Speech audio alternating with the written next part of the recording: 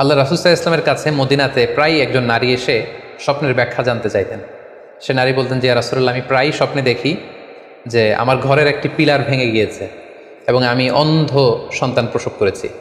এই নারীর স্বামী ছিল ব্যবসায়ী এবং সারা বছর ব্যবসার কারণে বিভিন্ন জায়গায় তিনি ঘুরে বেড়াতেন এবং যখন ফিরে আসতেন যাওয়ার সময় তিনি স্ত্রীকে প্রেগনেন্ট অবস্থায় রেখে যেতেন, অর্থাৎ গর্ভবতী। আর এই বাচ্চাকে পেটে নিয়ে এই নারী সবসময় এই স্বপ্ন দেখতে থাকতেন। তো রাসূল সাল্লাল্লাহু আলাইহি ওয়াসাল্লাম স্বপ্নের ব্যাখ্যা বললেন, তুমি চিন্তা করো না, তোমার স্বামী সহি সালামতে ফিরে আসবে এবং তুমি সুন্দর সন্তান প্রসব করবে, ভালো সন্তান। এভাবেই চলছিল। যতবার তার স্বামী ফিরে আসে, সুস্থভাবে ফিরে আসে এবং সে সুন্দর সন্তান জন্ম দিচ্ছিল। হঠাৎ একবার সে নারী আল্লাহ রাসূল সাল্লাল্লাহু আলাইহি ওয়াসাল্লামের বাসায় এসে দেখলেন যে আল্লাহ রাসূল সাল্লাল্লাহু আলাইহি ওয়াসাল্লাম ঘরে নেই।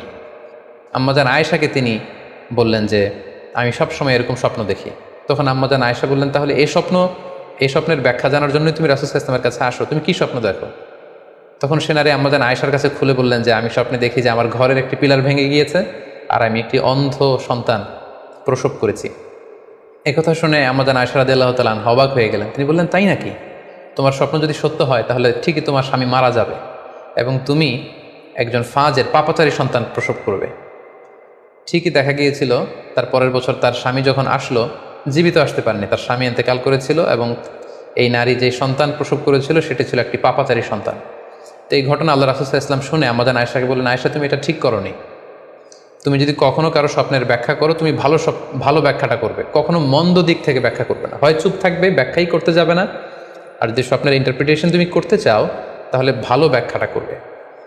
আমরা প্রায়ই অনেকের কাছ থেকে শুনে থাকি যে তারা ভয়ঙ্কর কিছু স্বপ্ন দেখে থাকেন এবং অনেকে স্বপ্ন দেখে এই স্বপ্নের ব্যাখ্যা কী হতে পারে বা তাবির কী হতে পারে সেটি জানবার জন্য অনেক সময় আমাদের শরণাপন্ন হন, বা অনেক মানুষ অনেক ধরনের স্বপ্ন দেখে থাকেন। এ ব্যাপারে আমাদের কাছে ওনারা জানতে চান যে এই স্বপ্নের মানে কী, এটার তাৎপর্য কী, এটা অর্থবহ কিনা, বা তাদের কী করা উচিত। তো সেজন্য আজকে আমরা এই স্বপ্ন নিয়ে the significance of dream in Islam এই ব্যাপারে বিস্তর আলোচনা করবার চেষ্টা করবো। আমা তাওফীকি ইল্লা বিল্লাহ।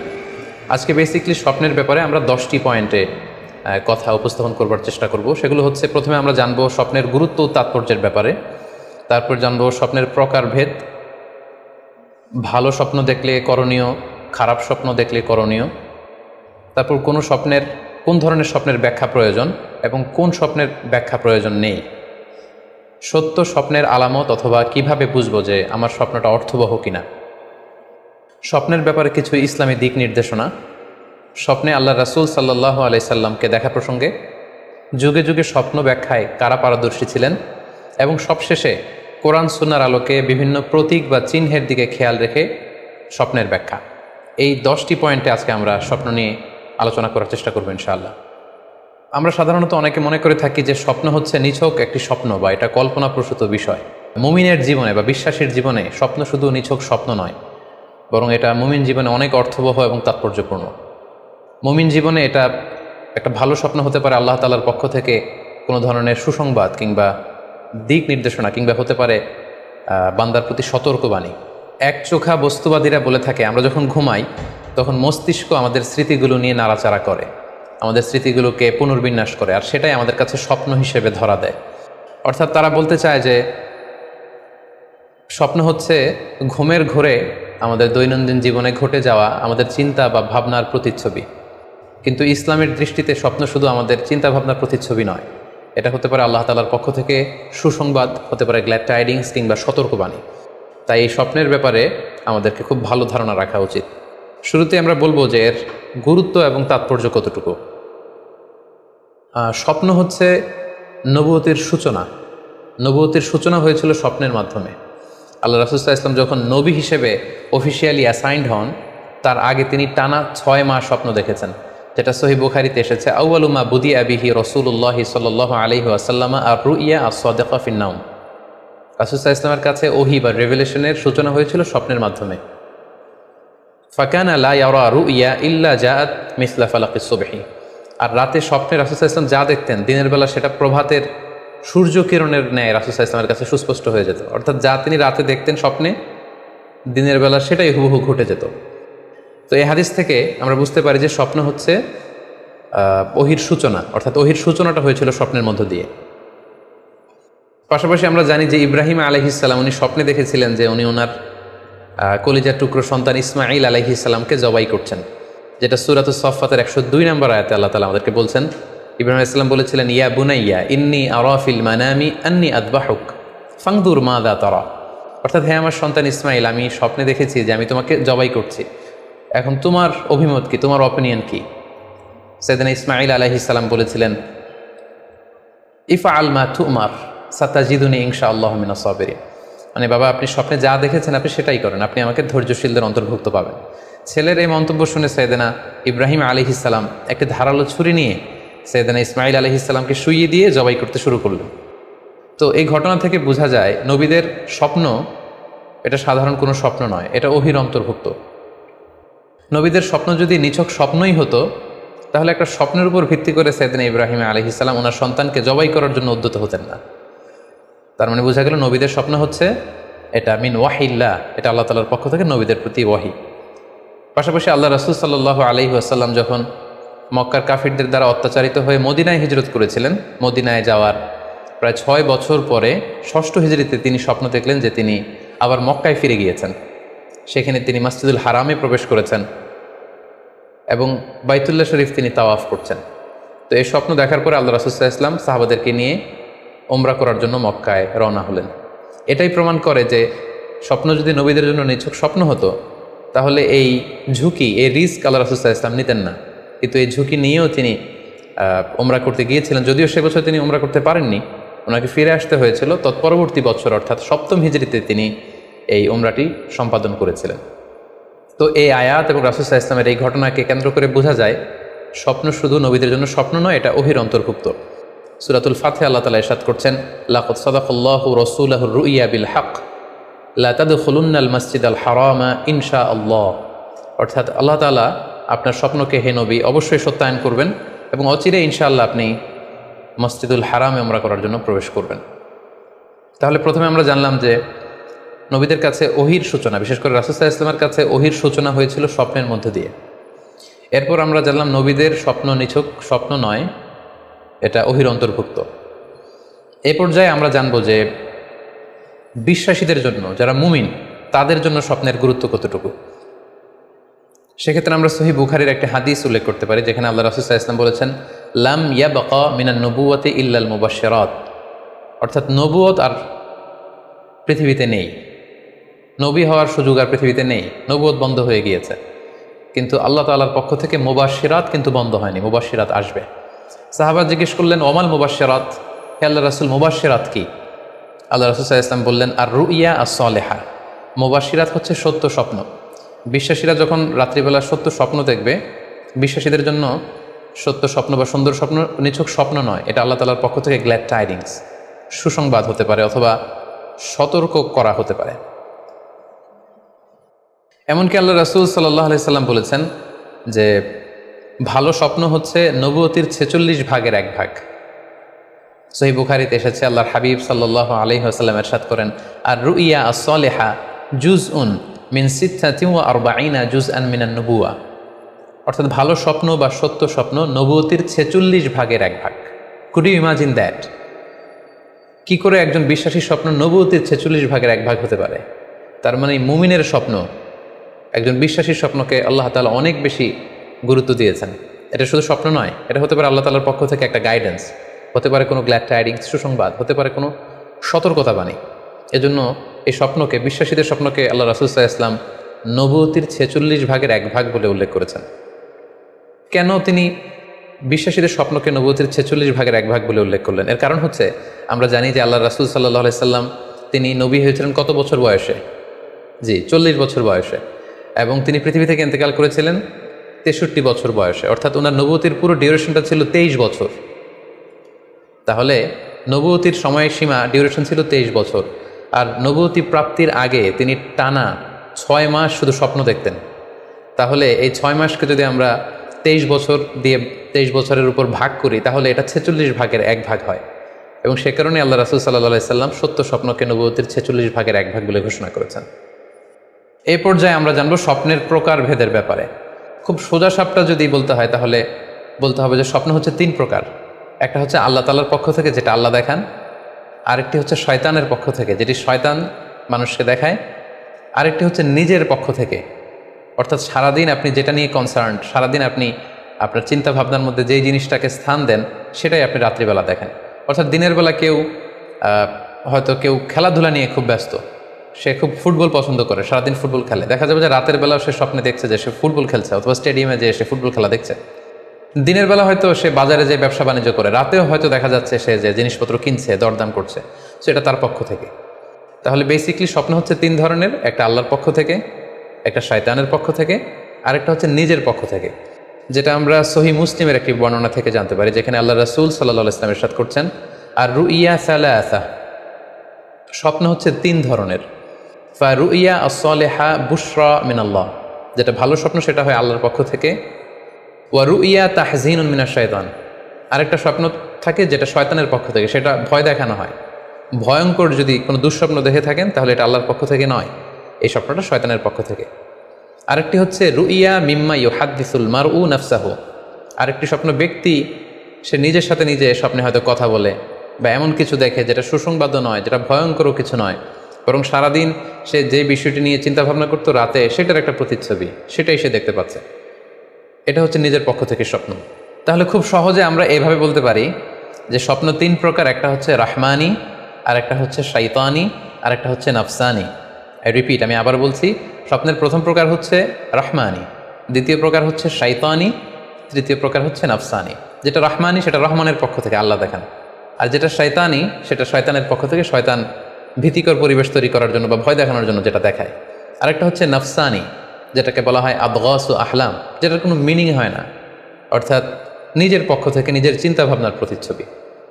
তাহলে শুরুতে আমরা জানবার চেষ্টা করব যে রহমানি, যেটাকে আরবিতে বলা হচ্ছে রুইয়া বা রুইয়া সাদেকা বা সালেহা, সেটা কি, এবং সেটা যদি আমরা দেখি সেক্ষেত্রে আমাদের করণীয় কি। এক্ষেত্রে আমরা সহিহ বুখারীর একটি হাদিসকে উল্লেখ করতে পারি, যেখানে আল্লাহ রাসূল সাল্লাল্লাহু আলাইহি ওয়াসাল্লাম ইরশাদ করেছেন, ইযা রাআ আহাদুকুম রুইয়া ইউহিব্বুহা, তোমাদের কেউ যদি কোনো স্বপ্ন দেখে যে স্বপ্নটা সে পছন্দ করে, মানে স্বপ্নটা দেখে he feels good or she feels good, তার ভালো লাগছে, তাহলে বুঝতে হবে ফা ইন্নামা হিয়া মিনাল্লাহ, এই স্বপ্নটা আল্লাহর পক্ষ থেকে, এটা সাধারণ স্বপ্ন নয়, এটা খুবই অর্থবহ স্বপ্ন। তখন সে কী করবে, ফালিয়াহমাদিল্লাহ আলাইহা, সে তখন এই সুন্দর স্বপ্ন দেখার কারণে আল্লাহ শুকরিয়া করবে, ওয়াল ইউহাদ্দিস বিহা, এবং চাইলে সে এই স্বপ্নের কথা মানুষের কাছে বর্ণনা করতে পারে বা শেয়ার করতে পারে। তাহলে সহিহ বুখারীর এই হাদিসের ভাষ্য অনুযায়ী আমরা যেটা বুঝলাম, আমরা যদি ভালো কোনো স্বপ্ন দেখি তাহলে তিনটি কাজ করা যেতে পারে। প্রথমত আল্লাহর প্রশংসা করা, যেহেতু আমি ভালো একটি স্বপ্ন দেখেছি, আল্লাহ শুকরিয়া বা প্রশংসা আমরা করতে পারি। দ্বিতীয়ত চাইলে সুসংবাদ হিসেবে এই স্বপ্নটা আমি কারোর সাথে শেয়ার করতে পারি।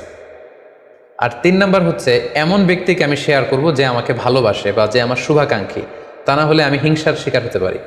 কারণ আর নেয়ামাতু মাহসুদা, যে কোনো ধরনের নেয়ামতি, আপনি যদি আল্লাহর কোনো বিশেষ মার্সি ব্লেসিংস বা নেয়ামত পেয়ে ধন্য হন, এটা সবার ভালো নাও লাগতে পারে, এটা সবার অন্তরে সহ্য নাও হতে পারে, ফলে আপনি হিংসার শিকার হতে পারেন। সো ভালো স্বপ্ন দেখলে আপনি চাইলে কারোর কাছে শেয়ার করতে পারেন, সেক্ষেত্রে সে যদি আপনার শুভাকাঙ্ক্ষী হয় বা আপনাকে পছন্দ করে, আপনাকে ভালোবাসে, এরকম কাছের কারোর সাথে আপনি শেয়ার করতে পারেন। আমরা সবাই নিঃসন্দেহে এরকম ভালো ভালো স্বপ্ন দেখতে চাই, আমরা কেউই ভয়ঙ্কর কোনো স্বপ্ন দেখতে চাই না। আমরা নিঃসন্দেহে এমন স্বপ্ন দেখতে চাই রাতের বেলায় যেই স্বপ্নে আল্লাহ তাআলার পক্ষ থেকে আমাদের জন্য দিক নির্দেশনা থাকবে, অথবা কোনো সুসংবাদ থাকবে, কিংবা থাকবে আগাম কোনো সতর্কতা বাণী। এ জাতীয় ভালো স্বপ্ন যদি আমরা দেখতে চাই তাহলে আমাদের কি করা উচিত? সেক্ষেত্রে সর্বপ্রথম আমাদের যেটা করতে হবে, আমাদেরকে সত্যবাদী হতে হবে। সাধারণত সত্যবাদীদের স্বপ্ন সত্য হয়ে থাকে, যেখানেই সত্য সেখানেই যেন আমার অবস্থান হয়, আমি যেন সবসময় সত্যের পক্ষে থাকি। দুই নম্বর হচ্ছে আকলুল হালাল, আমাকে হালাল খেতে হবে। যারা হালাল খায় তাদের স্বপ্ন সাধারণত সত্য হয় এবং অর্থবহ স্বপ্ন হয়।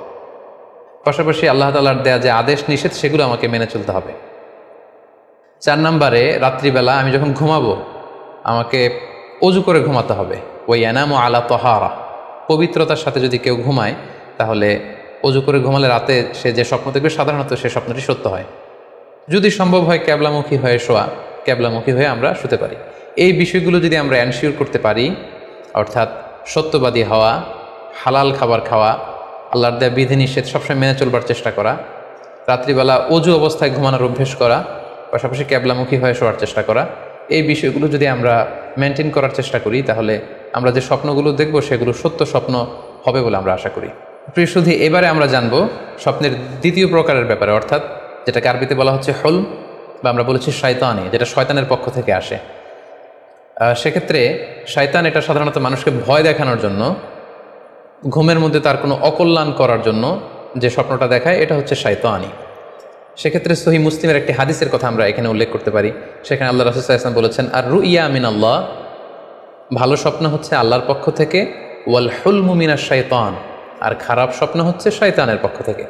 এখন কেউ যদি আমরা এই ভয়ঙ্কর স্বপ্ন রাতে দেখে ফেলি, যেটাকে আমরা নাইট মেয়ার বলি বা হরর ড্রিম বলি, ভয়ঙ্কর স্বপ্ন বা দুঃস্বপ্ন, যেটা দেখে আমরা খুব হাঁপিয়ে উঠি, আমাদের শ্বাস প্রশ্বাসের গতিবিধি বেড়ে যায়, আমরা খুব ভয় পাই, প্রচণ্ড ভয়ে আমরা আতকে উঠি এবং ঘুম ভেঙে যায় আমাদের, এরকম ভয়ঙ্কর স্বপ্ন যদি আমরা দেখি, তখন আমরা কি করব? এ ব্যাপারে কি ইসলামের কোনো দিক নির্দেশনা আছে? হ্যাঁ, অবশ্যই দিক নির্দেশনা আছে। সেক্ষেত্রে আমরা সহিহ মুসলিমের একটি হাদিস উল্লেখ করতে পারি এখানে, যেখানে আল্লাহ রাসূল সাল্লাল্লাহু আলাইহি ওয়াসাল্লাম বলেছেন, ইযা রাআ আহাদুকুম আর রুইয়া ইয়াকরাহুহা, তোমাদের কেউ যদি রাতে এমন কোনো স্বপ্ন দেখে যেটা সে অপছন্দ করে, মানে ভয়ঙ্কর, ভীতিকর দুঃস্বপ্ন যদি সে দেখে, তাহলে ফাল ইয়াবসুক আন ইয়াসারিহি সালাসান, সে যেন তার বাম দিকে 3 বার থুতু ফেলে। ওয়াল ইয়াস্তাঈদ বিল্লাহি মিনাশ শাইতানি সালাসান, আর সে যেন শয়তানের ব্যাপারে আল্লাহ তাআলার কাছে 3 বার পানাহ চায় বা আশ্রয় প্রার্থনা করে। ওয়াল ইয়াতাহাওয়াল আন জামবিহি আল্লাযী কানা আলাই, আর যে পাশে হয়ে সে শুয়েছিল সে পাশ চেঞ্জ করে অন্য পাশ হয়ে যেন সে ঘুমায়। সুবহানাল্লাহি বিহামদি, কত চমৎকার দিক নির্দেশনা। এবং সুনানে ইবনু মাজায় আরও একটি সহিহ হাদিস আমরা এখানে উল্লেখ করতে পারি, যেখানে আল্লাহ রাসূল সাল্লাল্লাহু আলাইহি ওয়াসাল্লাম বলেছেন, ইযা রাআ আহাদুকুম রুইয়া ইয়াকরাহুহা, কেউ যদি রাতে খারাপ বা ভয়ঙ্কর কোনো স্বপ্ন দেখে, ফালিয়াতাহাওয়াল, সে যেন তার বিছানা চেঞ্জ করে নেয়, জায়গা চেঞ্জ করে নেয়। অর্থাৎ সে যে বিছানায় শুয়েছিল সেখানে না, সে অন্য কোথাও শোবে, অথবা যেই টার্নে শুয়েছিল অন্য টার্নে চলে যাবে, ডানে হলে বায়ে, বায়ে হলে ডানে। ওয়াল ইয়াতফুল আন ইয়াসারিহি সালাসান, এবং তার বাম দিকে যেন সে 3 বার থুতু ফেলে। ওয়াল ইয়াসআলিল্লাহ মিন খায়রিহা ওয়াল ইয়াতাআওয়ায মিন শাররিহা, এবং সে যেন এই স্বপ্নের ভালো দিকটা আল্লাহ তাআলার কাছে কামনা করে, এবং এই স্বপ্নের মন্দ বা অকল্যাণকর দিক থেকে যেন সে আল্লাহ তাআলার কাছে পানাহ চায়। সম্মানিত সুধীমণ্ডলী, এই হাদিস দুটির আলোকে আমরা বুঝতে পারি যে কেউ যদি হরর ড্রিম বা নাইট মেয়ার, যেটাকে আমরা দুঃস্বপ্ন বা ভয়ঙ্কর স্বপ্ন বলছি, এই ধরনের স্বপ্ন অনেকেই দেখে থাকে এবং আমাদের কাছে প্রায় বলে যে সে দুঃস্বপ্ন দেখে রাতের বেলা, ভয়ে সে ভটকে যায়, আতকে ওঠে, ঘুম ভেঙে যায়। এ জাতীয় দুঃস্বপ্ন যদি আপনারা কেউ দেখেন, সেক্ষেত্রে এই হাদিসের আলোকে আমরা বলতে পারি যে আপনি 6টি কাজ করবেন। 1 নম্বর হচ্ছে আপনি বাম দিকে 3 বার থুতু ফেলবেন। 2 নম্বর হচ্ছে 3 বার আপনি তাআউজ করবেন, অর্থাৎ আপনি পড়তে পারেন আউযু বিল্লাহি মিনাশ শাইতানির রাজিম, অর্থাৎ হে আল্লাহ, আমি বিতাড়িত শয়তানের ব্যাপারে আপনার কাছে পানাহ চাচ্ছি। অথবা আপনি পড়তে পারেন আউযু বিল্লাহি মিন শাররিহা, হে আল্লাহ, আমি এই শয়তানের অকল্যাণকর বা যেই এভিল সাইড আছে, খারাপ দিক আছে, এই ব্যাপারে আমি আপনার কাছে পানাহ চাচ্ছি। 3 বার আপনি এটা পড়বেন। 3 নম্বরে আপনি যদি আপনার ঘুমকে আবারও কন্টিনিউ করতে চান, তাহলে বা দিকে থেকে যদি স্বপ্ন দেখেন, তাহলে আপনি ডান দিকে টার্ন করবেন। আপনি ডান কাতে ঘুমাচ্ছিলেন, এরকম যদি হয়, তাহলে বাম দিকে আপনি সরে যাবেন, অথবা যেখানে শুয়েছিলেন ওই জায়গাটা চেঞ্জ করে অন্য কোথাও শোবেন। 4 নম্বর হচ্ছে আপনি যদি ঘুম আর কন্টিনিউ করতে না চান, তাহলে আপনি অজু করে ফেলবেন। তাৎক্ষণিক আপনি আপনার ঘুম যদি আপনি কন্টিনিউ করতে না চান, অজু করে ফেলবেন এবং 2 রাকাত সালাত আদায় করবেন। 5 নাম্বার হচ্ছে এই স্বপ্ন আপনি কারোর সাথে শেয়ার করবেন না। এ ব্যাপারে আমরা সামনে বিস্তারিত বলছি। ভয়ঙ্কর স্বপ্ন দেখলে সাধারণত কারোর সাথে শেয়ার করবেন না। যদি শেয়ার করতে হয়, তাহলে প্রলিফিক স্কলার, ভালো আলেম, যার এলেম আছে, যার আমল আছে, এরকম লোক, কিংবা আপনার ওয়েল উইশার যারা আছে, আপনার শুভাকাঙ্ক্ষী, এরকম কারোর সাথে শেয়ার করতে পারেন। 6 নাম্বার, যদি সুযোগ হয় আপনি কিছু চ্যারিটি করে যেতে পারেন, দান করে যেতে পারেন, কারণ সাদাকাতু তারুদ্দুল বালা, দান করলে, চ্যারিটি করলে এটা মানুষের বিপদ বা বালা মুসিবতকে দূর করে দেয়। এ পর্যায়ে আমরা শুনবো স্বপ্নের 3 নম্বর প্রকারের ব্যাপারে, অর্থাৎ যেটাকে আমরা বলেছিলাম আদগাস ও আহলাম বা নাফসানি। এটা আল্লাহ তাআলাও দেখান না, যেটা শয়তানও ভয় দেখানোর জন্য দেখায় না, বরং এটা আমার চিন্তা ভাবনার প্রতিচ্ছবি। এটা সাধারণত অর্থহীন স্বপ্ন আমরা বলে থাকি, এটার কোনো অর্থ হয় না, বা আমার কল্পনাপ্রসূত স্বপ্ন। সারাদিন আমি যেটা নিয়ে ভাবি, যেটা নিয়ে আমি কনসার্ন বা টেন্সড, ওইটাই আমি রাতের বেলায় দেখছি। এ জাতীয় স্বপ্ন যদি আমরা দেখি, তাহলে এই স্বপ্নের কোনো অর্থ নেই, এটাতে কোনো দিক নির্দেশনা নেই, এটা সাধারণত অর্থহীন এবং কল্পনাপ্রসূত স্বপ্ন হয়ে থাকে। এই স্বপ্নের কোনো ব্যাখ্যা হয় না। সম্মানিত শুধু এ পর্যায়ে আমরা জানবো যে কোন স্বপ্নের ব্যাখ্যার প্রয়োজন হয় এবং কোন স্বপ্নের কোনো ব্যাখ্যার প্রয়োজন হয় না। সাধারণত ব্যাখ্যা প্রয়োজন হয় কি হয় না, এদিক থেকে স্বপ্ন 2 ধরনের। এক হচ্ছে সরিহ, মানে ডিরেক্ট ড্রিম, যেটা সুস্পষ্ট, অর্থাৎ রাতে আপনি যা স্বপ্নে দেখেছেন দিনের বেলা সেটাই ঘটতে দেখেছেন। আপনি রাতে স্বপ্ন দেখলেন আপনার কোনো একজন কাছের লোক মারা গিয়েছে, এরপরের দিন আপনি শুনলেন আসলেই সেই ব্যক্তিটি মারা গিয়েছে। অথবা রাতের বেলা আপনি কোনো একটা ঘটনা দেখলেন, তারপরের দিন সেই ঘটনাটাই আপনি ঘটতে দেখলেন। এটাকে বলা হয় ডিরেক্ট ড্রিম, মানে সুস্পষ্ট এবং সারিহ, একেবারে স্পষ্ট স্বপ্ন। এটার কোনো ব্যাখ্যার প্রয়োজন হয় না, কারণ আপনি যা দেখেছেন সেটাই ঘটেছে। আরেকটা প্রকার হচ্ছে গয়রু সরিহ, মানে যেটা স্পষ্ট নয়, ইনডিরেক্ট ড্রিম, যেটা অস্পষ্ট। এটা হচ্ছে সিম্বলিক বা আইকনিক ড্রিম। আপনি এমন অস্পষ্ট আইকনিক বা এমন কিছু সিম্বল দেখেছেন রাতে ঘুমের ঘোরে স্বপ্নে, যেটা থেকে সুস্পষ্ট আসলে কিছু বোঝা যায় না, বরং এখানে একটা সিম্বল আছে, এখানে একটা প্রতীক আছে বা আইকন আছে। এই জাতীয় যে স্বপ্নগুলো আছে সাধারণত এগুলোর ব্যাখ্যার প্রয়োজন হয়, যেহেতু আপনি বুঝতে পারছেন না যে এটা দিয়ে আসলে কি বোঝানো হচ্ছে। সম্মানিত সুধী, এ পর্যায়ে আমরা জানার চেষ্টা করব যে সত্য স্বপ্নের আলামত কি কি, অর্থাৎ কিভাবে বুঝবো যে আমি যে স্বপ্নটা দেখেছি এই স্বপ্নটা সত্য কিনা বা অর্থবহ কিনা। অনেকে আমাদের কাছে জানতে চায় যে আমি এই স্বপ্নটা দেখেছি, এটা কি সত্য স্বপ্ন, এটা কি অর্থবহ স্বপ্ন, বা এটা কি আল্লাহর পক্ষ থেকে কোনো গাইডেন্সমূলক বা দিক নির্দেশনা বা সুসংবাদমূলক স্বপ্ন। কিভাবে আমরা বুঝতে পারি? কিছু আলামত রয়েছে, কিছু নিদর্শন রয়েছে, যেগুলোর আলোকে কিন্তু আমরা সহজেই বুঝতে পারি যে স্বপ্নটা সত্য কিনা। সুনানে আবু দাউদের এক বর্ণনায় আল্লাহ রাসূল সাল্লাল্লাহু আলাইহি ওয়াসাল্লাম ইরশাদ করেছেন, আসদাকুন নাসি রুইয়া আসদাকুহুম হাদিসা। যে ব্যক্তি সত্য কথা বলে বেশি, তার স্বপ্ন সত্য হয় বেশি। তাহলে সহজে আমরা বুঝলাম, আপনি যদি সত্যবাদী হন, সাধারণত আপনার স্বপ্নগুলো জেনারেলি সত্য হবে। সেক্ষেত্রে সত্য স্বপ্ন বা অর্থবহ স্বপ্ন চেনার প্রথম আলামত হচ্ছে এই স্বপ্ন দেখে আপনার ভাল লাগবে। You feel good after seeing the dream. আপনি স্বপ্ন দেখার পরে আপনার খুব স্বস্তি লাগবে, আপনার ভালো লাগবে, আপনার কাছে স্বপ্নটা পছন্দ হবে, খুব ভালো লাগবে স্বপ্নটা। যদি এরকম ফিলিং হয় আপনার, তাহলে আপনি বুঝবেন এই স্বপ্নটা সত্য ছিল এবং অর্থবহ ছিল। 2 নম্বর হচ্ছে true dreams are very short and concise. সত্য স্বপ্ন খুবই শর্ট হয়, কনসাইজ হয়। আরবিতে যেটাকে বলা হয় ওয়াদেহা জালিয়া, খুবই শর্ট, স্পষ্ট, ক্লিয়ার এবং কনসাইজ। অনেকে রাতে অনেক লম্বা লম্বা স্বপ্ন দেখে, লম্বা এপিসোড দেখে, একটার পর একটা ঘটনা দেখতে থাকে, মুভির মতো লম্বা লম্বা ঘটনা সে দেখতে থাকে। এই জাতীয় লম্বা লম্বা ঘটনা যদি আপনি দেখে থাকেন রাতে, বা এপিসোড আকারে একটার পর একটা ঘটনা যেটার সাথে কোনো মিল নেই, এই জাতীয় স্বপ্নের সাধারণত কোনো অর্থ হয় না, এগুলো অর্থবহ স্বপ্ন নয়। অর্থবহ স্বপ্ন চেনার 3 নম্বর আলামত বা সাইন হচ্ছে রিপিটেশন। অর্থাৎ একই স্বপ্ন যদি আপনি বারবার দেখেন তাহলে বুঝতে হবে এটা অর্থবহ স্বপ্ন, এবং এটার মাধ্যমে আল্লাহ তাআলা আপনাকে কোনো দিক নির্দেশনা বা গাইডেন্স দিতে চাচ্ছেন। আপনাকে বোঝার চেষ্টা করতে হবে যে আসলে আল্লাহ তাআলা আপনাকে কী বোঝাতে চাচ্ছেন। তাহলে 3 নম্বর হচ্ছে রিপিটেশন। বারবার যদি কোনো স্বপ্ন দেখেন, এই স্বপ্নটা সত্য হবে এবং অর্থবহ হবে। এটা নট নেসেসারি যে আপনি একাই বারবার দেখেন। একজন মানুষ একটা স্বপ্ন বারবার দেখলে যেমনি অর্থবহ, পাশাপাশি একই স্বপ্ন যদি অনেকে দেখে তাহলে সেই স্বপ্নটাও অর্থবহ। অর্থাৎ আপনি একটা স্বপ্ন প্রায় দিন দেখেন, তাহলে বোঝা যাচ্ছে এটা অর্থবহ স্বপ্ন। অথবা একটা স্বপ্ন অনেক লোক একসাথে দেখেছে, তারপরের দিন একে অপরের সাথে শেয়ার করে বোঝা গেল যে সবাই একই স্বপ্ন দেখেছে, তাহলে বোঝা যাবে এটা সাধারণ স্বপ্ন নয়, এটা অর্থবহ স্বপ্ন, মিনিংফুল স্বপ্ন।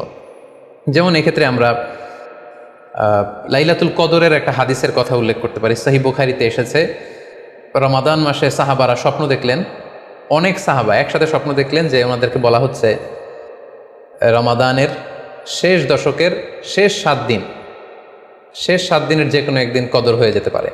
ওনারা সবাই এসে সাহাবা রিদওয়ানুল্লাহ তাআলা আলাইহিম আজমাইন আল্লাহ রাসূল সাল্লাল্লাহু আলাইহি ওয়াসাল্লামের কাছে বললেন, ইয়া রাসূলুল্লাহ, আমি স্বপ্নে দেখেছি যে বলা হচ্ছে কদরের জন্য রমজানের শেষ 7 দিনকে তালাশ করতে। আরেকজন এসে একই কথা বললো যে ইয়া রাসূলুল্লাহ, আমি দেখেছি রমজানের শেষ 7 দিনে কদর হতে পারে।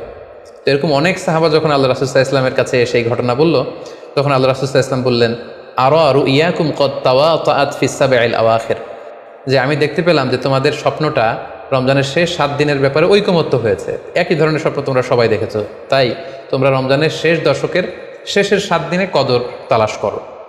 রমজানের শেষ দশকের শেষ 7 দিনে কদর হয়ে যাওয়ার সম্ভাবনা বেশি। সেই বুখারীর এই হাদিসের আলোকে কিন্তু আমরা বুঝতে পারলাম যে একটি স্বপ্ন, একই ধরনের ঘটনা যদি অনেকে দেখে তাহলে এটা অর্থবহ। পাশাপাশি এক্ষেত্রে আমরা আজানের হাদিসটি উল্লেখ করতে পারি।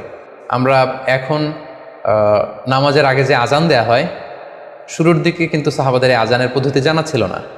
তখন সাহাবারা আল্লাহ রাসূল সাল্লাল্লাহু আলাইহি ওয়াসাল্লামের সাথে কনসাল্ট করছিলেন যে কীভাবে আজান দেওয়া যায়, অর্থাৎ কীভাবে ঘোষণা দেওয়া যায় সালাতের জন্য। একজন সাহাবা বলল, আমরা আগুন জ্বালিয়ে দিব, আগুনের ধোঁয়া দেখে মদিনার সবাই বুঝবে যে এখন সালাতের সময়, তো সবাই চলে আসবে। আরেকজন বলল, না, প্রতিদিন আগুন জ্বালানো এটা নিরাপদ না, বরং আমরা খ্রিস্টানদের মতো বেল বাজিয়ে দিব। একজন বেল রিঙ্গার রাখবো, যে ঘন্টা বাজালে ঘন্টার আওয়াজ শুনে খ্রিস্টানদের মতো চার্চে যেন লোকজন আসে, বাকিরা সবাই নামাজ পড়তে চলে আসবে। তো এক একজনের এক এক পরামর্শ শুনে আল্লাহ রাসূল সাল্লাল্লাহু আলাইহি ওয়াসাল্লাম কোনো সিদ্ধান্তে আসতে পারলেন না। তারপরের দিন একজন সাহাবা চমৎকার একটি স্বপ্ন দেখলেন। তিনি স্বপ্নে দেখলেন, ওনার নাম হচ্ছে আবদুল্লাহ ইবনে যায়েদ ইবনে আব্দ রাব্বি। উনি স্বপ্নে দেখলেন যে একজন লোক, খুব সম্ভবত ফেরেশতা হবেন, তার গায়ে দুইটা সবুজ রঙের জামা এবং তার হাতে বেল, ঘণ্টা। তখন তিনি ওনাকে জিজ্ঞেস করলেন, আপনি কি ঘণ্টা বিক্রি করেন? তখন স্বপ্নে সেই লোকটি বলল, ঘণ্টা দিয়ে তুমি কি করবে? তো সাহাবী বললেন যে ঘণ্টা দিয়ে আমরা নামাজের জন্য আহ্বান করব। তো স্বপ্নে সেই সবুজ কাপড় পরিহিত লোক বলল যে ঘণ্টার চাইতেও যদি চমৎকার একটা আইডিয়া তোমার সাথে শেয়ার করি, সেটাকে তুমি শুনবে? সাহাবী বললেন, হ্যাঁ শুনবো। তখন তিনি বললেন, ঘণ্টা না বাজিয়ে তোমরা উঁচু একটা জায়গায় দাঁড়িয়ে আল্লাহু আকবার, আল্লাহু আকবার, আল্লাহু আকবার, আল্লাহু আকবার, আশহাদু আল্লা ইলাহা ইল্লাল্লাহ, আশহাদু আন্না মুহাম্মাদুর রাসূলুল্লাহ, এই বাক্যগুলো তোমরা বলবে। এই বাক্যগুলোর মধ্য দিয়ে আল্লাহর বরত্বের ঘোষণা হবে, রাসূল সাল্লাল্লাহু আলাইহি ওয়াসাল্লামের রিসালাতের ঘোষণা হবে, মানুষকে চমৎকার বাক্যে নামাজের দিকে ডাকাও হবে, ফলে লোকজন নামাজেও চলে আসবে। এই চমৎকার কথা শুনে সাহাবা তো অবাক হয়ে গেলেন, ওনার ঘুম ভেঙে গেল। উনি সকালবেলা আল্লাহ রাসূল সাল্লাল্লাহু আলাইহি ওয়াসাল্লামের কাছে এসে পুরো ঘটনা শোনালেন যে একজন লোককে আমি দেখলাম হাতে ঘণ্টা, আমি বললাম ঘণ্টা কিনবো সালাতের আহ্বানের জন্য, তিনি আমাকে এই কয়েকটা বাক্য শিখিয়ে বললেন ঘণ্টা না বাজিয়ে এই বাক্যগুলো দিয়ে আহ্বান করলে কেমন হয়। আল্লাহ রাসূল সাল্লাল্লাহু আলাইহি ওয়াসাল্লাম এই স্বপ্নের কথা শুনে তিনি অভিভূত হলেন। তিনি বললেন, তুমি ঠিকই দেখেছ, তুমি সঠিক স্বপ্ন দেখেছ। যেহেতু বেলালের কণ্ঠ খুব দরাজ, বেলালকে ডাকো, আমাদের ঘণ্টাও বাজানোর দরকার নেই, আগুন জ্বালানোর দরকার নেই, বেলালকে বাক্যগুলো মুখস্থ করিয়ে দাও। বেলাল মসজিদে নববীর পাশে দাঁড়িয়ে আওয়াজ করে এই আজান দিবে, এই ঘোষণা দিবে। এই আজান শুরু হলো। বেলাল রাদিয়াল্লাহু তাআলা আনহু একটা উঁচু জায়গায় দাঁড়িয়ে আল্লাহু আকবার, আল্লাহু আকবার বলে তিনি আজান দিতে শুরু করলেন। এই বাক্যগুলো শুনে সাইয়েদনা ওমরে ফারুক দৌড়াতে দৌড়াতে আল্লাহ রাসূল সাল্লাল্লাহু আলাইহি ওয়াসাল্লামের কাছে আসলেন। এসে বললেন, ইয়া রাসূলুল্লাহ, বেলাল এই বাক্যগুলো কোত্থেকে শিখেছে? গত রাতে তো আমি দেখেছি যে আমাকে একজন লোক বলেছে যে তোমরা এই বাক্যগুলোকে ব্যবহার করে লোকজনকে সালাতের জন্য আহ্বান করো। আল্লাহ রাসূল সাল্লাল্লাহু আলাইহি ওয়াসাল্লাম শুনে অবাক হলেন।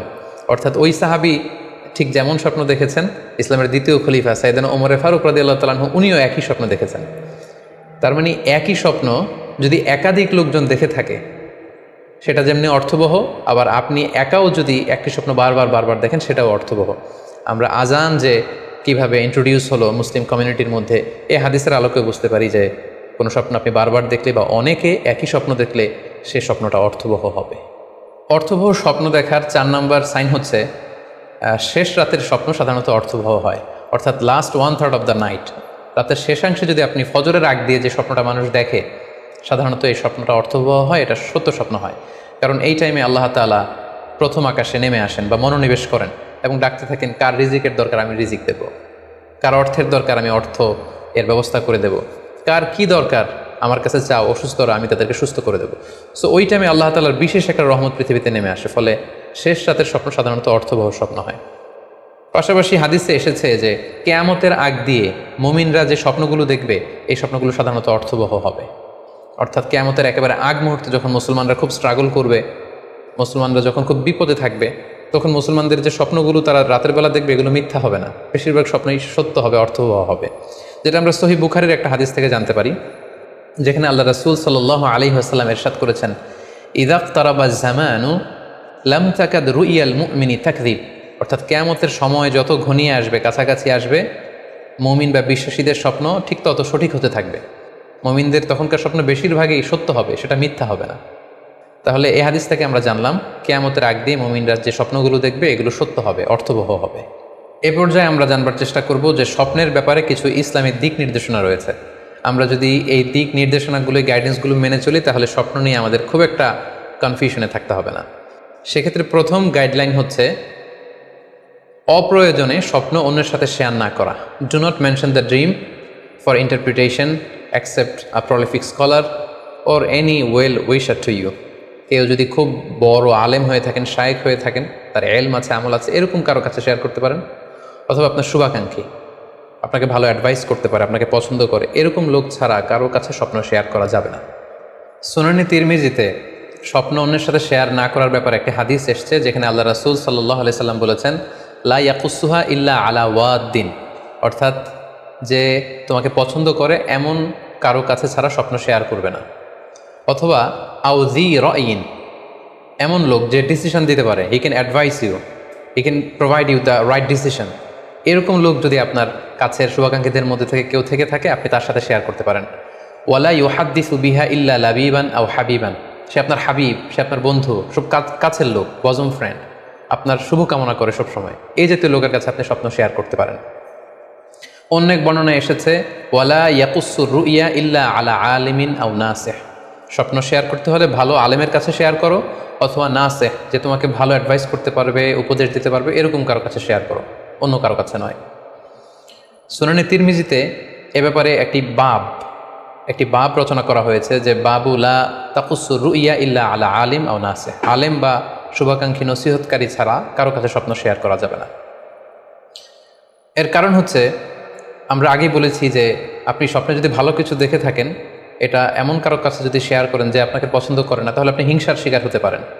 সেক্ষেত্রে আমরা সূরা ইউসুফের 5 নম্বর আয়াতের কথা খেয়াল করতে পারি, যেখানে ইউসুফ আলাইহিস সালাম বলেছিলেন যে ইয ক্বালা ইউসুফু লি আবিহি ইয়া আবাতি ইন্নী রাআইতু আহাদা আশারা কাওকাবান ওয়াশ শামসা ওয়াল কমারা রাআইতুহুম লি সাজিদিন ক্বালা ইয়া বুনাইয়া লা তাকসুস রুইয়াকা আলা ইখওয়াতিকা ফায়াকিদু লাকা কাইদা। ছোট্ট ইউসুফ আলাইহিস সালাম তিনি স্বপ্নে দেখলেন যে চন্দ্র, সূর্য এবং আকাশের 11টা তারা সব কিছু ওনার সম্মানে সিজদায় লুটিয়ে পড়েছে।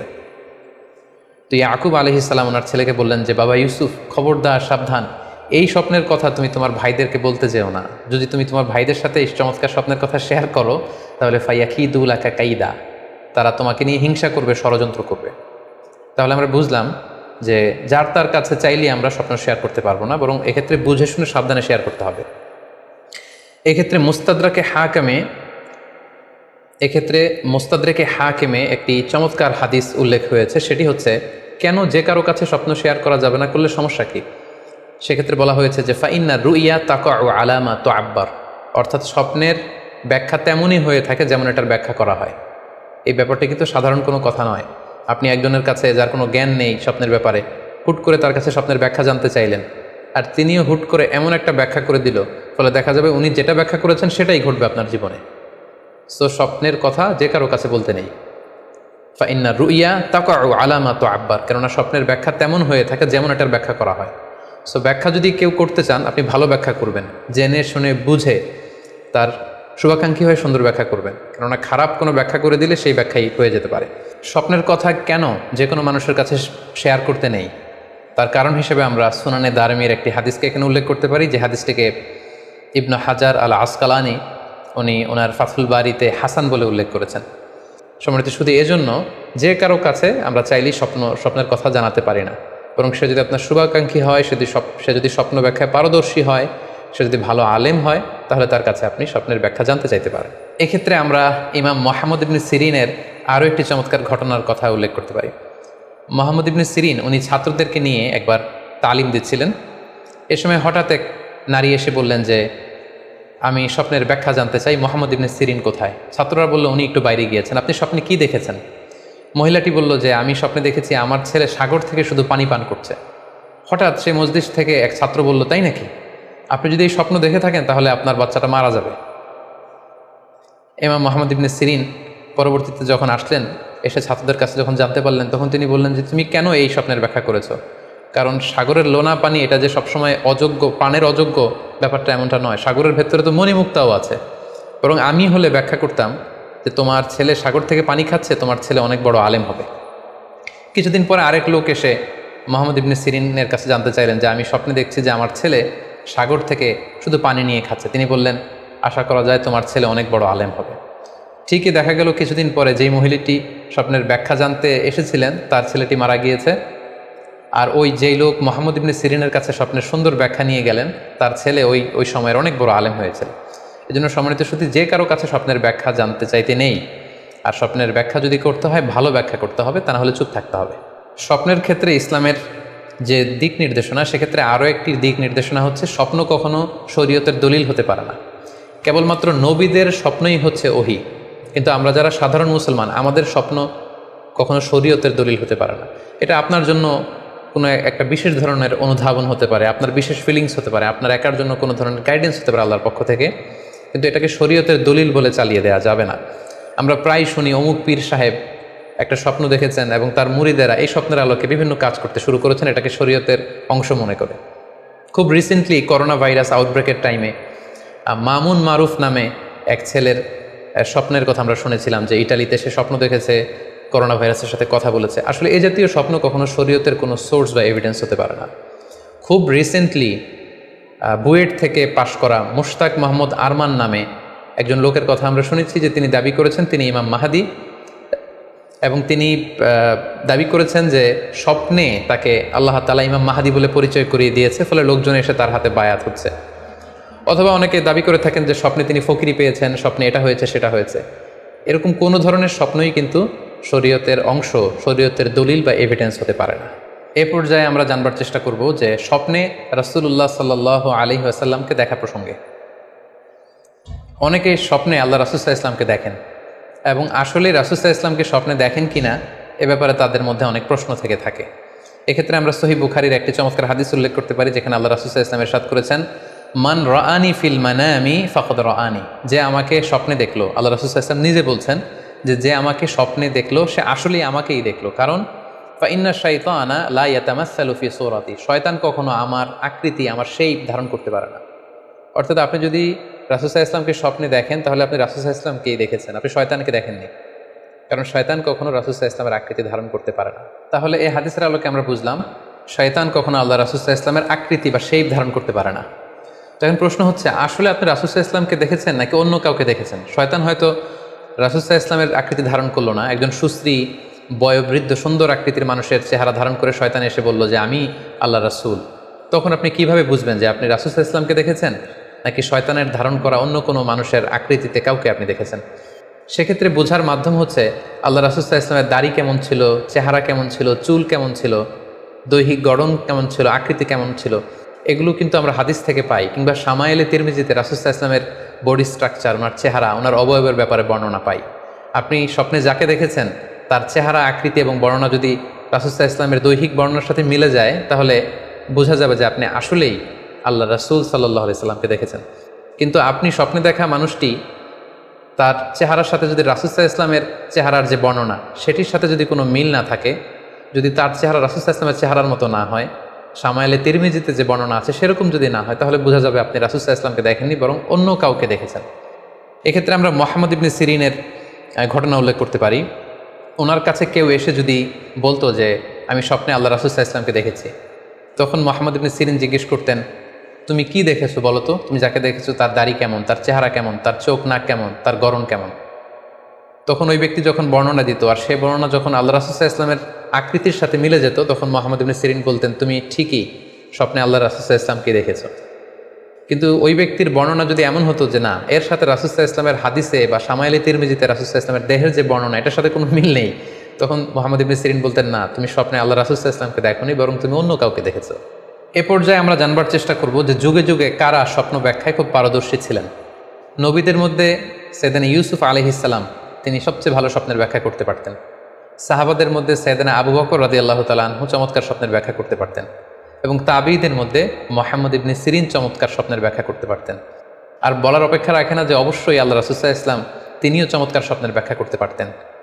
সহিহ মুসলিমে, সুনানে আবু দাউদে একটা হাদিস এসছে যে আল্লাহ রাসূল সাল্লাল্লাহু আলাইহি ওয়াসাল্লাম ফজরের সালাতের পরে তাসবিহ শেষে সাহাবাদের কাছে জানতে চাইতেন যে গতকাল রাতে কে কি স্বপ্ন দেখেছো আমার কাছে বলো, আমি সেই স্বপ্নের ইন্টারপ্রিটেশন তোমাদেরকে জানাবো। কানা নবী সাল্লাল্লাহু আলাইহি ওয়াসাল্লাম ইযা সাল্লা সুবহা আকবালা আলাইহিম বিওয়াজহিহি ফাকালা হাল রাআ আহাদুম মিনকুম আল বারিহাতা রুইয়া। সহিহ মুসলিমের বর্ণনা, ফজরের নামাজের পর তিনি প্রত্যেকদিন জিজ্ঞেস করতেন গতকাল রাতে কেউ কি কোনো ভালো স্বপ্ন দেখেছো, কেউ কি কোনো স্বপ্ন দেখেছো, আমার কাছে উল্লেখ করো, আমি এটার ব্যাখ্যা করে দেব। সম্মানিত শুধু আমরা বলছিলাম যে ইউসুফ আলাইহিস সালাম খুব ভালো স্বপ্নের ব্যাখ্যা করতে পারতেন, এবং সূরা ইউসুফের 111 নম্বর আয়াতে ব্যাপারে আল্লাহ উল্লেখ করেছেন সাইয়েদনা ইউসুফ আলাইহিস সালামের কথা, যে তিনি বলেছেন রব্বি কদ আতাইতানি মিনাল মুলকি ওয়া আল্লামতানি মিন তাআউইলিল আহাদিস, মানে হে আমার রব, আপনি আমাকে রুলিং পাওয়ার দিয়েছেন এবং আপনি আমাকে you taught me how to interpret the dreams, কীভাবে স্বপ্নের ব্যাখ্যা করতে হয় এটা আপনি আমাকে শিক্ষাদান করেছেন। এবং সূরা ইউসুফে আমরা জানি যে 3টি স্বপ্নের কথা সেখানে উল্লেখ রয়েছে। ইউসুফ আলাইহিস সালাম নিজেই একটি স্বপ্ন দেখেছিলেন ছোটবেলায়, তারপর 2জন প্রিজনার ইউসুফ আলাইহিস সালামের সাথে জেলখানায় ছিল, তাদের 2টা স্বপ্নের ব্যাখ্যা তিনি করে দিয়েছেন, এবং মিশরের তৎকালীন যে রাজা কিং, সেই কিংয়ের স্বপ্নের ব্যাখ্যাও সাইয়েদনা ইউসুফ আলাইহিস সালাম করে দিয়েছিলেন। সাহাবীদের মধ্যে সাইয়েদনা আবু বকর রাদিয়াল্লাহু তাআলা আনহু চমৎকার স্বপ্নের ব্যাখ্যা করতে পারতেন, এবং আল্লাহ রাসূল সাল্লাল্লাহু আলাইহি ওয়াসাল্লামও মাঝে মাঝে ইচ্ছা করে আবু বকর রাদিয়াল্লাহু তাআলা আনহুর কাছে স্বপ্নের ব্যাখ্যা জানতে চাইতেন। এবং আবু বকর রাদিয়াল্লাহু তাআলা আনহু নিজেও মাঝে মাঝে ইচ্ছা করে রাসূল সাল্লাল্লাহু আলাইহি ওয়াসাল্লামের কাছে বলতেন যে, ইয়া রাসূলুল্লাহ, এই স্বপ্নের ব্যাখ্যাটা আমি করি। আল্লাহ রাসূল সাল্লাল্লাহু আলাইহি ওয়াসাল্লাম তখন আবু বকর রাদিয়াল্লাহু তাআলা আনহুকে স্বপ্নের ব্যাখ্যা করার অনুমতি প্রদান করতেন। এক্ষেত্রে আমরা আল খাসাইসুল কুবরা, জালালউদ্দিন সুয়ুতির লেখা, সেখানকার একটি বর্ণনার কথা উল্লেখ করতে পারি, যেখানে আল্লাহ রাসূল সাল্লাল্লাহু আলাইহি সাল্লাম আবু বকর রাদিয়াল্লাহু তাআলা আনহুর কাছে একটি স্বপ্নের উল্লেখ করলেন। বললেন, আবু বকর, আমি গত রাতে স্বপ্নে দেখেছি যে তুমি আর আমি দুজন মিলে দৌড় প্রতিযোগিতা করছি, এবং দেখলাম যে আমি তোমার 2.5 গজ সামনে, তুমি আমার 2.5 গজ পেছনে। অর্থাৎ আমি এই দৌড় প্রতিযোগিতায় বিজয় লাভ করেছি এবং তুমি আমার 2.5 হাত পেছনে। এর ব্যাখ্যা কি হতে পারে? তখন সাইয়েদনা আবু বকর রাদিয়াল্লাহু তাআলা আনহু বললেন, ইয়া রাসূলুল্লাহ, আমার মনে হচ্ছে যে আপনি আমার আগে পৃথিবী থেকে বিদায় নেবেন এবং আপনার ইন্তেকালের 2.5 বছর পরে আমি পৃথিবী থেকে বিদায় নেব। অর্থাৎ আপনি আমার 2.5 বছর আগে পৃথিবী ছাড়বেন আর আমি আপনার 2.5 বছর পরে পৃথিবী ছাড়ব। এবং আমরা যদি বাস্তবতা এবং ইতিহাস খেয়াল করি তাহলে আমরা সেটাই দেখব যে আল্লাহ রাসূল সাল্লাল্লাহু আলাইহি সাল্লামের ইন্তেকালের 2.5 বছর পরে সাইয়েদনা আবু বকর রাদিয়াল্লাহু তাআলা আনহু তিনি ইন্তেকাল করেছিলেন। সাইয়েদনা আবু বকর রাদিয়াল্লাহু তাআলা আনহুর স্বপ্ন ব্যাখ্যার পারদর্শিতা নিয়ে আমরা এক্ষেত্রে মুস্তাদরিকে হাকিমের একটি হাদিস উল্লেখ করতে চাই, যেখানে এই হাদিসটি মুস্তাদরিকে হাকিমেও এসেছে, সুনানে আবু দাউদেও এসেছে এবং হাদিসটি সহিহ। আম্মা জান আয়েশা রাদিয়াল্লাহু তাআলা আনহা উনি একটি স্বপ্ন দেখলেন যে আকাশ থেকে 3টি চাঁদ ওনার ঘরে খসে পড়েছে, এবং এই স্বপ্ন দেখে তিনি ওনার পিতা আবু বকর রাদিয়াল্লাহু তাআলা আনহুকে জিজ্ঞেস করলেন যে আমি স্বপ্নে দেখেছি যে আকাশের 3টি চাঁদ এসে আমার ঘরে পড়েছে, এর ব্যাখ্যা কি হতে পারে? তখন আবু বকর রাদিয়াল্লাহু তাআলা আনহু ওনার কন্যা আম্মা জান আয়েশা রাদিয়াল্লাহু তাআলা আনহাকে বললেন যে এই স্বপ্নের ব্যাখ্যা হচ্ছে এই পৃথিবীর 3 জন মানুষের কবর তোমার ঘরে অবস্থিত হবে। সুবহানাল্লাহি বিহামদি। এবং আমরা জানি যে আল্লাহ রাসূল সাল্লাল্লাহু আলাইহি ওয়াসাল্লাম যখন ইন্তেকাল করলেন তখন আল্লাহ রাসূল সাল্লাল্লাহু আলাইহি ওয়াসাল্লামকে কবর দেওয়া হয়েছিল আম্মা জান আয়েশা রাদিয়াল্লাহু তাআলা আনহার ঘরে। এবং তখন আবু বকর রাদিয়াল্লাহু তাআলা আনহু বলেছিলেন যে, আয়েশা, তোমার কি মনে আছে তুমি যে একটা স্বপ্নের ব্যাখ্যা আমার কাছে জানতে চেয়েছিলে যে 3টি আকাশের চাঁদ তোমার ঘরে খসে পড়েছে, এই দেখো আল্লাহ রাসূল সাল্লাল্লাহু আলাইহি ওয়াসাল্লামের কবর তোমার ঘরে হয়েছে, তুমি জেনে রেখো যে 3টা চাঁদের শ্রেষ্ঠ চাঁদ হচ্ছে এটি। এবং আমরা এও জানি যে আবু বকর রাদিয়াল্লাহু তাআলা আনহু ইন্তেকালের পরে আম্মা জান আয়েশার ঘরেই কবর হয়েছে, এবং ওমরে ফারুকের কবরও আম্মা জান আয়েশা রাদিয়াল্লাহু তাআলা আনহুর ঘরেই অবস্থিত। তাহলে এই হাদিসগুলোর আলোকে আমরা বুঝতে পারি যে সাহাবাদের মধ্যে আবু বকর রাদিয়াল্লাহু তাআলা আনহু ছিলেন স্বপ্ন ব্যাখ্যায় সবচেয়ে পারদর্শী। তাবিঈদের মধ্যে স্বপ্ন ব্যাখ্যায় সবচেয়ে পারদর্শী ছিলেন মুহাম্মদ ইবনে সিরিন। আমরা ওনার নাম প্রায় শুনে থাকি। তিনি স্বপ্ন ব্যাখ্যার ক্ষেত্রে খুব এক্সপার্ট ছিলেন। তিনি উসমান রাদিয়াল্লাহু তাআলা আনহু যখন ইসলামের খলিফা, তখন বসরা নগরীতে মুহাম্মদ ইবনে সিরিন জন্মগ্রহণ করেন এবং অনেক সাহাবা থেকে তিনি অনেক হাদিস বর্ণনা করেছেন। এবং তিনি ইমাম আবু হানিফা আলাইহি রাহমার সমসাময়িক ছিলেন। ইমাম আবু হানিফা একবার স্বপ্নে দেখলেন যে তিনি আল্লাহ রাসূল সাল্লাল্লাহু আলাইহি ওয়াসাল্লামের কবর খুঁড়ছেন, অথবা কবরের লাশ বের করছেন কিংবা কাফন বের করছেন। এই স্বপ্ন দেখে ইমামুল আদম আবু হানিফা রাহিমাহুল্লাহ উনি বিচলিত হয়ে গেলেন যে এই আমি কি স্বপ্ন দেখলাম যে আমি রাসূল সাল্লাল্লাহু আলাইহি ওয়াসাল্লামের কবর খুঁড়ছি, সেখান থেকে কাফন বের করছি। কেউই এই স্বপ্নের ব্যাখ্যা করতে পারলেন না। তখন ইমাম মুহাম্মদ ইবনে সিরিনের কাছে যখন জানতে চাওয়া হলো, তখন মুহাম্মদ ইবনে সিরিন বললেন যে হাযা রাজুলুন ইউহয়ি সুন্নাত রাসূলিল্লাহ, অর্থাৎ যে ব্যক্তি এই স্বপ্ন দেখেছে তার মাধ্যমে আল্লাহ রাসূল সাল্লাল্লাহু আলাইহি ওয়াসাল্লামের হাদিসের বা সুন্নাহর পুনর্জীবন হবে। তিনি রাসূল সাল্লাল্লাহু আলাইহি ওয়াসাল্লামের সুন্নাহগুলোকে পুনরুজ্জীবন দান করবেন, পুনরুজ্জীবিত করবেন। এবং বাস্তবে আমরা এটাই দেখেছি যে ইমাম আবু হানিফার চিন্তা, ওনার থট, ওনার মাযহাব গোটা বিশ্বে সমৃদ্ধি লাভ করেছে, মানুষ এটাকে গ্রহণ করেছে। ওনার বুদ্ধিবৃত্তিক যে চিন্তা, ওনার ফিকহি ইস্তেমবাদগুলো গোটা বিশ্বে আল্লাহ রাসূল সাল্লাল্লাহু আলাইহি ওয়াসাল্লামের হাদিসগুলোকে আরও প্রাণবন্তভাবে মুসলিম উম্মার কাছে রিপ্রেজেন্ট করেছে। আমরা আপাত দৃষ্টিতে মনে হচ্ছিল যে এটা একটা খারাপ স্বপ্ন, যে ইমাম আবু হানিফা তিনি রাসূল সাল্লাল্লাহু আলাইহি ওয়াসাল্লামের কবর খুঁড়ছেন, লাশ বের করছেন বা কাফন বের করছেন। কিন্তু মুহাম্মদ ইবনে সিরিন চমৎকার ব্যাখ্যা করেছেন যে হাযা রাজুলুন ইউহয়ি সুন্নাত রাসূলিল্লাহ, এই লোক তো এমন লোক হবে যে রাসূল সাল্লাল্লাহু আলাইহি ওয়াসাল্লামের সুন্নাহকে পুনরুজ্জীবন দান করবে। এই পর্যায়ে আমরা জানবার চেষ্টা করব যে কোরআন সুন্নাহর আলোকে বিভিন্ন সিম্বল বা প্রতীক বা চিহ্নের দিকে খেয়াল রেখে স্বপ্নের ব্যাখ্যা করা। আমরা বলেছিলাম যে কিছু কিছু স্বপ্ন আছে খুব সফিস্টিকেটেড, সিম্বলিক বা আইকনিক, যেখানে কোনো ইঙ্গিত দেয়া হচ্ছে, ইঙ্গিতবহ, এবং যেটার ইন্টারপ্রিটেশন না করলে এটা দিয়ে আসলে কি বোঝানো হচ্ছে এটা বোঝা যায় না। সেক্ষেত্রে কোরআন সুন্নাহর আলোকে, স্কলারদের অভিজ্ঞতার আলোকে কিছু আইকন বা সিম্বল, এগুলোর মিনিং কি হতে পারে সে ব্যাপারে আমরা জানবার চেষ্টা করব। এক্ষেত্রে আমরা বলবো যে কেউ যদি স্বপ্নে রশি দেখে, স্বপ্নে যদি সে রশি দেখে তাহলে এটা গুড সাইন। এটা কেমন যেন আল্লাহর সাথে একটা প্রতিশ্রুতির সাথে সম্পৃক্ত, কারণ আল্লাহ তাআলা কোরআনে ইরশাদ করেছেন ওয়া আতাসিমু বিহাবলিল্লাহি জামিআ। আরবিতে রশি আরবি হচ্ছে হাবল, মানে ওয়া আতাসিমু বিহাবলিল্লাহি জামিআ, তোমরা আল্লাহর রজ্জু বা রশিকে আঁকড়ে ধরো। তাহলে রশি দেখা মানে এখানে আমরা আল্লাহর ওয়াদাগুলো যেন পূরণ করি, আল্লাহর আনুগত্য যেন আমরা প্রপারলি করতে পারি, এটা ইঙ্গিত করছে। এরপর স্বপ্নে যদি আমরা কাক দেখি, এটা সাধারণত একটা নেগেটিভ সাইন বহন করে, কারণ কাককে আল্লাহ রাসূল সাল্লাল্লাহু আলাইহি ওয়াসাল্লাম ফাসিক বা ফুয়াইসিক বলেছেন। সো আমরা যদি স্বপ্নে কাক দেখি, এটাকে আমরা পজিটিভ কোনো সাইন মনে না করে নেগেটিভ সাইন মনে করতে পারি। তৃতীয়ত, আমরা যদি স্বপ্নে লম্বা কাপড় দেখি, এটা গুড সাইন। কারো গায়ে যদি লম্বা জামা থাকে তাহলে এটা গুড সাইন, আর খাটো জামা থাকলে সাধারণত এটা নেগেটিভ সাইন। এক্ষেত্রে আমরা সহিহ বুখারীর একটা হাদিস উল্লেখ করতে পারি।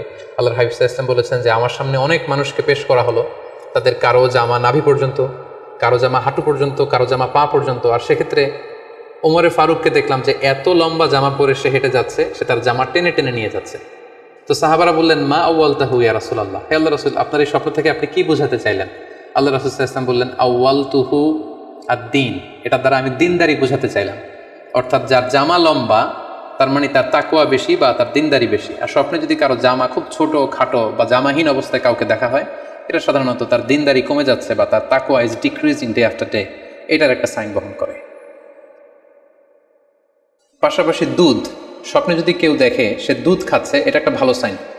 স্বপ্নে দুধ খেতে যদি দেখা হয় তাহলে তার জ্ঞান বৃদ্ধি পাবে বলে এটা একটা সাইন বা আলামত বহন করে। সেক্ষেত্রেও আমরা বুখারীর একটা হাদিস উল্লেখ করতে পারি, যেখানে আল্লাহ রাসূল সাল্লাল্লাহু আলাইহি ওয়াসাল্লাম একটা স্বপ্নের কথা সাহাবাদেরকে শেয়ার করছিলেন। তিনি বললেন যে আমাকে এক বাটি দুধ দেয়া হলো, আমি সেখান থেকে দুধ খেলাম, তারপর দেখলাম যে আমার আঙ্গুল থেকে দুধ বের হচ্ছে, আর সেখানে যে অবশিষ্ট দুধ রয়ে গেল সেটা আমি ওমরে ফারুকের মুখে দিলাম। ওমরে ফারুক সেই অবশিষ্ট দুধটা খেলো। এই স্বপ্নের কথা শুনে সাহাবারা বললেন মা আউয়ালতা বিহি ইয়া রাসূলুল্লাহ, হে আল্লাহর রাসূল, এটা দিয়ে আপনি কি ব্যাখ্যা করলেন? ফামা আউয়ালতাহু ইয়া রাসূলুল্লাহ, আল্লাহ রাসূল সাল্লাল্লাহু আলাইহি ওয়াসাল্লাম বললেন আল ইলম, এটা দিয়ে আমি জ্ঞানের ব্যাখ্যা করেছি। অর্থাৎ দুধ হচ্ছে জ্ঞানের প্রতীক। দুনিয়াতেও তো আমরা দেখি যে দুধ হচ্ছে সুষম একটা খাবার, খাদ্যের পুষ্টিগুণের 6টি গুণাগুণ দুধের মধ্যে পাওয়া যায়।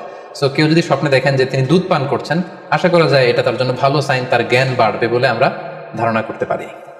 এবার স্বপ্নে যদি কেউ দেখে যে সে আজান দিচ্ছে, এটাও ভালো সাইন।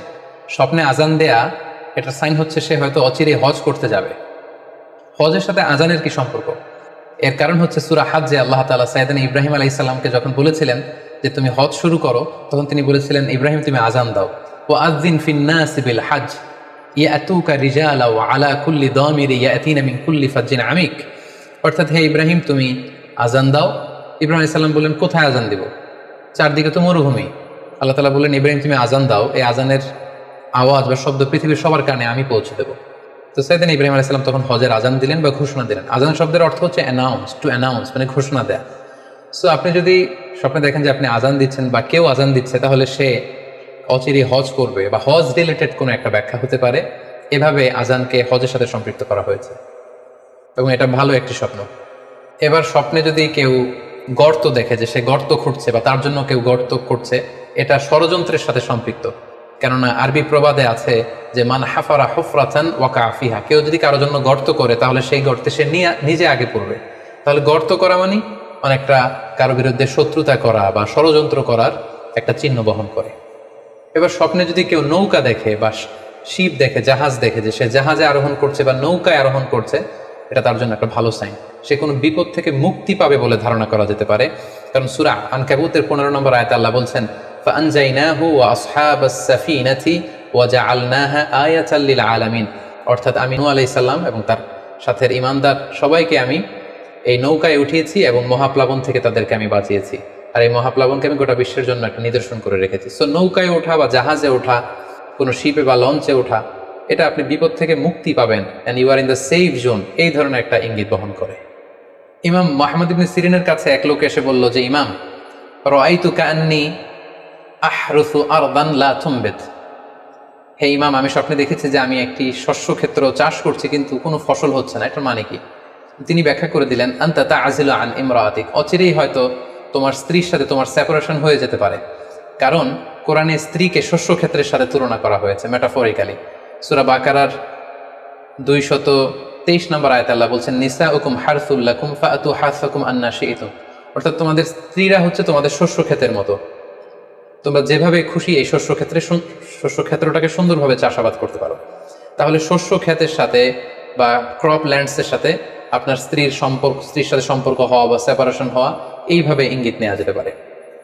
সবশেষে একটি ঘটনা উল্লেখ করার মধ্য দিয়ে আমরা এই সিম্বলিক বা আইকনিক ব্যাপারটা শেষ করতে চাই। সেটি হচ্ছে ব্যক্তির ভিন্নতার কারণে কিন্তু স্বপ্নের ব্যাখ্যাও ভিন্নতা হতে পারে। ব্যক্তি ভিন্নতার কারণে স্বপ্নের ব্যাখ্যাও ভিন্ন হবে। একই স্বপ্ন দুইজন লোক দেখলো, দুইজনের স্বপ্নের ব্যাখ্যা কিন্তু দুরকম হতে পারে। সেক্ষেত্রে আমরা মুহাম্মদ ইবনে সিরিনের একটা ঘটনা উল্লেখ করতে পারি। মুহাম্মদ ইবনে সিরিনের কাছে এক লোক এসে বলল যে আমি স্বপ্নে দেখেছি আমি আজান দিচ্ছি, এটার ব্যাখ্যা কি? উনি বললেন তুমি হজ করতে যাবে। তার কিছুদিন পরে আরেক লোক এসে একই স্বপ্ন দেখলো, তিনি বললেন যে আমি স্বপ্নে দেখেছি যে আমি আজান দিচ্ছি। তো তিনি বললেন চুরিতে তোমার হাত কাটা যাবে। তো ওনার ছাত্ররা দুইজন লোকের কাছে দুই ধরনের উত্তর দেওয়ার কারণে অবাক হয়ে জিজ্ঞেস করলেন যে হে ইমাম, একই স্বপ্ন দুইজন দেখলো কিন্তু আপনি এক একজনকে এক এক উত্তর কেন দিলেন?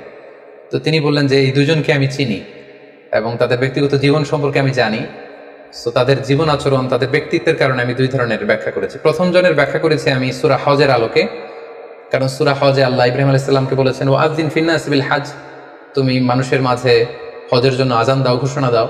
সো সেই লোকটি আজান দিয়েছে, তার মানে আশা করা যায় সে হজে যাবে। আর দ্বিতীয় লোকটির স্বপ্নের ব্যাখ্যা আমি করেছি সূরা ইউসুফের আলোকে। সূরা ইউসুফে একটি আয়াত আছে সুম্মা আযযানা মুআযযিনুন আইয়াতুহাল আইর ইন্নাকুম লাসারিকুন, অর্থাৎ মিশরের কিং এর একটি পানপাত্র চুরি হয়ে গিয়েছিল। ইউসুফ আলাইহিস সালাম ইচ্ছা করে সেটা তার ভাই ইয়ামিনের খাদ্যের প্যাকেটের ভেতরে ঢুকিয়ে দিয়েছিলেন। আর তখন সেখানকার স্টাফরা বা সৈনিকেরা আজান দিয়েছিল, মানে ঘোষণা দিয়ে বলেছিল হে ক্যারাভান, হে কাফেলার লোকেরা, তোমরা চুরি করেছো। তো তিনি মুহাম্মদ ইবনে সিরিন বললেন যে দ্বিতীয় লোকটার ব্যাপারে আমি জানি, সে আসলে অসাধু একজন লোক এবং তার ক্ষেত্রে সে স্বপ্নে যেহেতু আজান দিতে দেখেছে, সে কখনো হজে যাবে না, বরং সূরা ইউসুফের আলোকে চুরিতে তার হাত কাটা যাবে।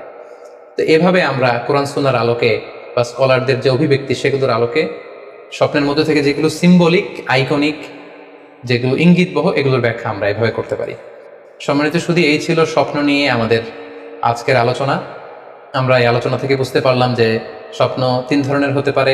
কোনোটা আল্লাহ দেখান দিক নির্দেশনার জন্য বা সুসংবাদ স্বরূপ, কোনোটা শয়তানের পক্ষ থেকে ভয় দেখানোর জন্য, আর কোনোটা হচ্ছে আমাদের চিন্তা ভাবনার প্রতিচ্ছবি। আর স্বপ্ন যতটা সম্ভব অন্যের কাছে না শেয়ার করতে পারলেই ভালো। বিশেষ করে যদি আপনি ভয়ঙ্কর দুঃস্বপ্ন দেখে থাকেন, সেক্ষেত্রে এমন লোকের কাছে আপনি শেয়ার করুন যে আপনাকে পছন্দ করে, যার কোরআন সুন্নাহর জ্ঞান আছে, যার মধ্যে এলেম আছে, আমল আছে। আর আপনাদের কারো কাছে যদি আপনাদের ফ্রেন্ডস অ্যান্ড ফ্যামিলির কেউ বা আশেপাশের কেউ এসে যদি হুট করে তার স্বপ্নের কথা বলে দেয়, আপনি হুট করে তার ইন্টারপ্রিটেশন বা ব্যাখ্যা করতে যাবেন না। আপনি বেটার হয় যে আপনি চুপ থাকবেন, অথবা আপনি যদি ব্যাখ্যা করতে চান তাহলে ভালো ব্যাখ্যা করবেন। আল্লাহ তাআলা আমাদের সবাইকে কথাগুলো বুঝার ও আমল করার তৌফিক দান করুক। হাযা মা ইনদি ওয়াল ইলমু ইনদাল্লাহ আলাইহি তাওয়াক্কালতু ওয়া ইলাইহি উনীব। ওয়াসসালামু আলাইকুম ওয়া রাহমাতুল্লাহ।